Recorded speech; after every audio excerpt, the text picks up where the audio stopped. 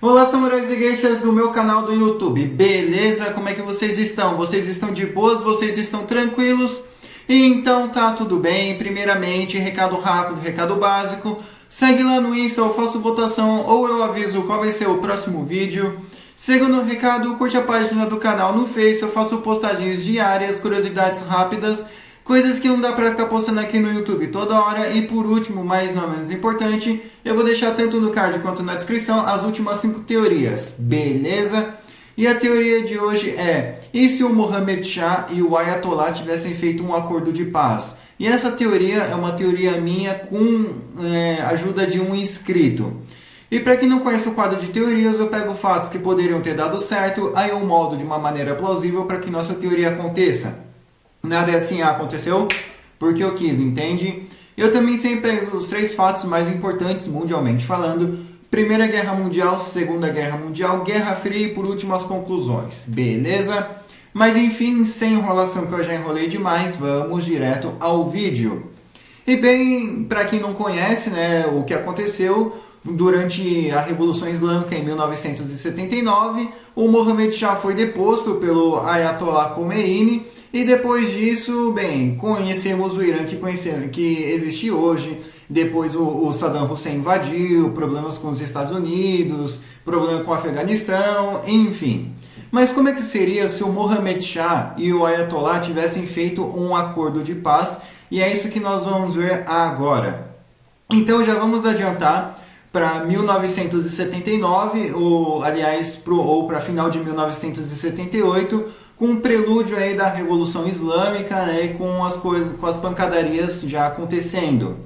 Ok, o Ayatollah Khomeini vai recrutando as pessoas, vai começando os incidentes, as prisões em massas, e com isso os Estados Unidos vai armando o Mohammed Shah, enquanto isso a União Soviética vai estar lá armando o Ayatollah e os revolucionários, por mais, né, que, querendo ou não, eles não são de esquerda, nem comunistas ou coisa do tipo. Mas ainda assim, o inimigo do meu inimigo é o meu amigo. E já em 1979, perto aí do quebra-pau, vamos supor aí que o Mohammed Shah ele acaba saindo e fica um vácuo no poder. Ao mesmo tempo em que o Mohammed Shah já não está mais presente, o Ayatollah também, agora já começando a teoria, ele também enfrenta uma certa resistência ao tentar subir no poder, né, por causa de oposição dentro da própria guarda revolucionária. Então, com isso, surge um intermediador, né, vamos supor aí que um cara que ele não gosta da monarquia, mas ao mesmo tempo ele respeita as tradições iranianas, as tradições persas, mas também um cara religioso, enfim. Então, vamos supor aí que essa pessoa acabe tentando entrar em contato tanto com a Ayatollah quanto com o Mohammed Shah. E beleza, as negociações vão ocorrendo ainda em Teherã, ainda em 1979. E durante essas negociações, tanto os Estados Unidos, o Ocidente, quanto a União Soviética, eles vão tentando interferir, e a partir desse momento que tanto o Mohammed Shah quanto o Ayatollah, eles vão entrando num consenso de que os ocidentais, os europeus, as outras potências, só querem usar eles como fantoche e ninguém, na verdade, respeita eles. Então, eles vão começando a negociar, porém, de certa forma, as coisas não iriam pender muito bem para o Mohammed Shah no início, né, pois ele teria que admitir que houve perseguições, houve falsas acusações, houve falsas prisões, então ele teria que assinar uma anistia. A outra coisa é que ele teria que largar a monarquia absolutista e montar uma monarquia constitucional ou uma monarquia federativa. Eu acredito que uma monarquia federativa seria o mais provável. Já para o Ayatollah também muitas coisas não iriam pender muito bem na negociação, né, justamente porque ele teria que respeitar a monarquia, ele teria que respeitar os costumes das cidades, ao mesmo tempo em que ele não teria como implementar ali uma uma república islâmica. E com isso, ok, entra... E cadê a terceira pessoa? E essa terceira pessoa, talvez ela pode indicar um primeiro-ministro ou ela acabar virando um primeiro-ministro, então teríamos uma monarquia federativa tripartidária. Teria um príncipe, um rei, um imperador, teria um líder clerical, conselheiro religioso e um primeiro-ministro. Tá, e lógico que isso iria dar problema, pois tanto os soldados do Mohammed Shah quanto a guarda revolucionária, eles iriam se voltar contra os seus próprios criadores, digamos assim, né? Porque eles iam acusar de traição, de colaborar com o inimigo. Então, isso ia dar muita pancadaria inicialmente, mas eu acredito que essas pancadarias não iriam ser uma pancadaria constante, eu acredito que iam ser episódios isolados, mas lógico, né, que com muita gente participando, mas ainda assim não seria algo contínuo, seria como um protesto de uma semana, 2 semanas, um mês, mas não seria uma violência contínua de 6 a 1 ano e meio, enfim. E lógico, né, que isso ia gerar uma instabilidade no início. Esses 3 aí, eles iriam se desconversar bastante, até que mais ou menos em meados aí do meio dos anos 80, a monarquia federativa iria ser imposta, né? Seria, como eu posso dizer, ela seria implementada. Então, algumas regiões iriam ter autonomias, como por exemplo o Baluchistão, o Khuzistão, o Azerbaijão iraniano. Provavelmente eles teriam mais autonomia, eles, lógico, né, responderiam para Teherã, mas ainda assim eles se, entre aspas, autogovernariam. Então, os assuntos internos deles são os assuntos internos deles. Já se eles quiserem ter assuntos externos, aí tem que responder para Teherã. Então, um líder beduíno deu cabo do outro, vocês se resolvam. Lógico, né, que a polícia e tal, eles iriam acabar intervindo para não escalonar no separatismo e numa guerra civil. Né? Isso também iria fazer com que o Ayatollah e o Mohammed Shah entrassem num acordo, pois eles iriam ver que uma guerra civil iraniana iria apenas favorecer os estrangeiros e iria trincar o país e acabar com toda a união. E isso, né, iria tipo irritar alguns, mas, né, eles iriam acabar vendo que tá, ok, tem isso.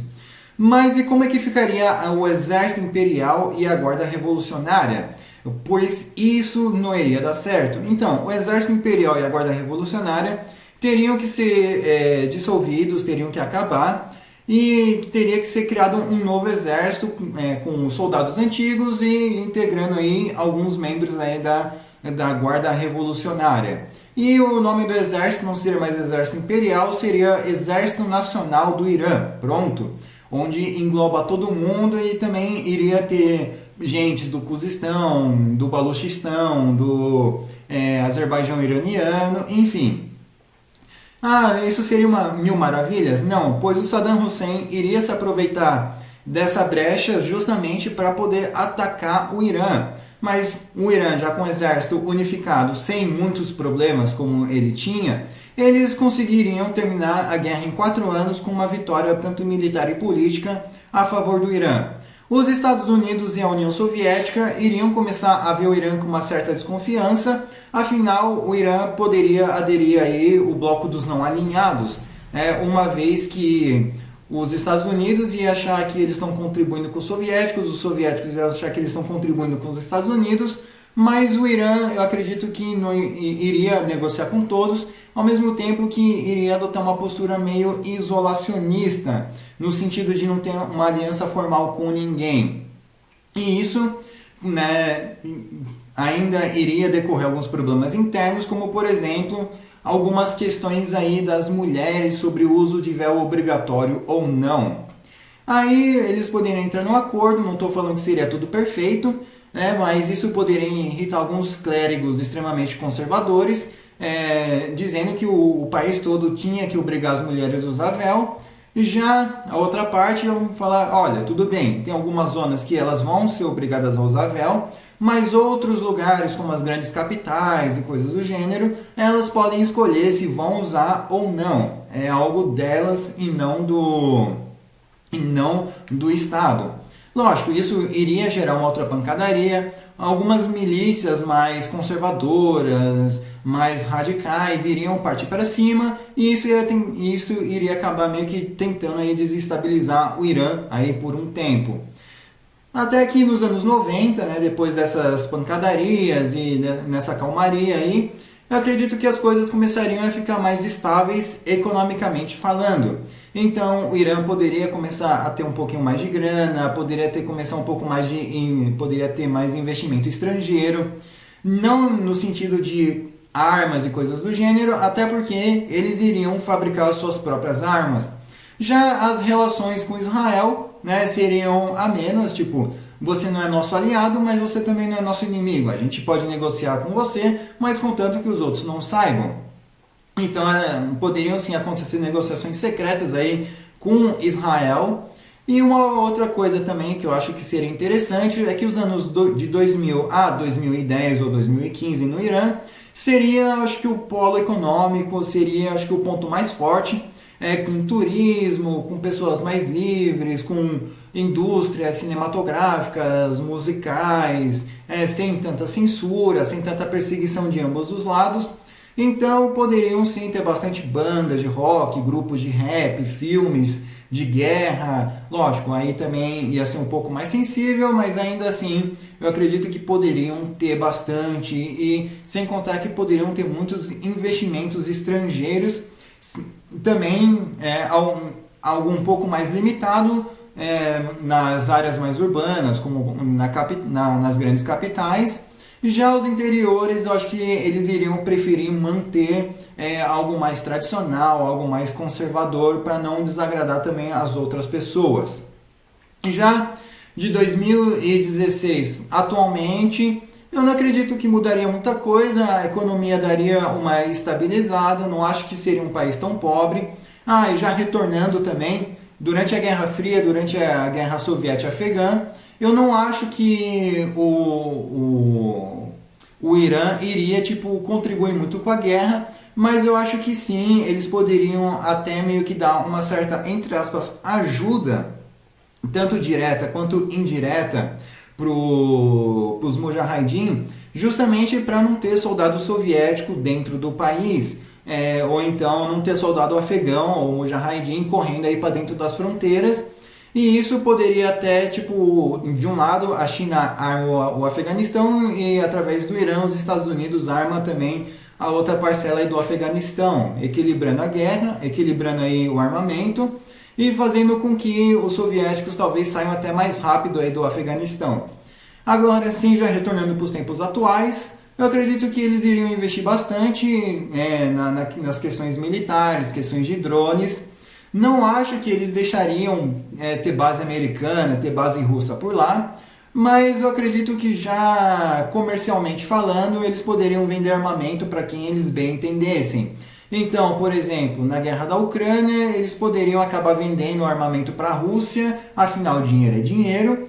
E por mais que os Estados Unidos e o Ocidente, a própria Ucrânia não gostem, eles não iriam aplicar sanções diretas no Irã, e sim empresas de drone, empresas que fazem componentes, e talvez até mesmo o próprio Irã fale, não estamos vendendo drones de guerra, estamos vendendo drones de reconhecimento e pipipi popopó, não somos responsáveis pelas adulterações feitas pelos russos. Isso é uma desculpa? Sim, mas não ia pegar muito bem de qualquer jeito. E eu acredito também que, eventualmente, eles iriam ter uma venda limitada. Não acho que eles iriam ajudar do modo que estão ajudando ou do modo que ajudaram. Mas ainda assim, e talvez eles poderiam até vender até para a própria Ucrânia, né, se os ucranianos tivessem para quem comprar. Uma vez que eles iriam adotar uma postura de neutralidade, uma neutralidade armada. O Irã é aliado apenas do Irã. Mas enfim, espero que vocês tenham gostado dessa teoria. Comentem aí o que vocês acrescentariam, o que vocês removeriam. Comentem a teoria de vocês, eu demoro, mas eu faço. Beleza? Não se esqueçam de curtir, compartilhar, se inscrever. Quem puder ver os vídeos tanto do card quanto da descrição, eu agradeço. Me sigam no Insta, nas minhas outras redes sociais, vou estar deixando aqui na descrição. Quem puder dar aquele apoio para ter mais videozinhos com IA, tamo junto. Beleza? Enfim, falou e fui!